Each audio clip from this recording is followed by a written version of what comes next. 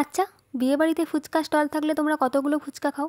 আমি তো বেশি খেতেই পারি না, কারণ একটু টক জল খেয়ে নিলেই আমার আর অন্য কিছু খেতেই ইচ্ছা করে না। তাই আমি 2-4টে ফুচকা খেয়ে নিয়ে চলে গেলাম একদম মেন কোর্সে। হ্যাঁ, কফিটাও স্কিপ করে দিয়েছি, কারণ জমিয়ে মেন কোর্স খেতে হবে তো। তো প্রথমেই দিয়েছিল স্যালাড, সস আর একটা করে বেগুনি। তারপরেই চলে এলো আফগানি পোলাও। তারপরে এটার সাথে খাওয়ার জন্য দিয়ে দিয়েছিল চিকেন কষা। তারপরেই চলে এলো সাদা ভাত, সাথে ছিল মুগের ডাল যেটা আমি নিইনি, আর তার সাথে ছিল পটল চিংড়ি আর দই কাতলা। একটু দই কাতলা আর পটল চিংড়ি দুটোই খেতে ভালো হয়েছিল।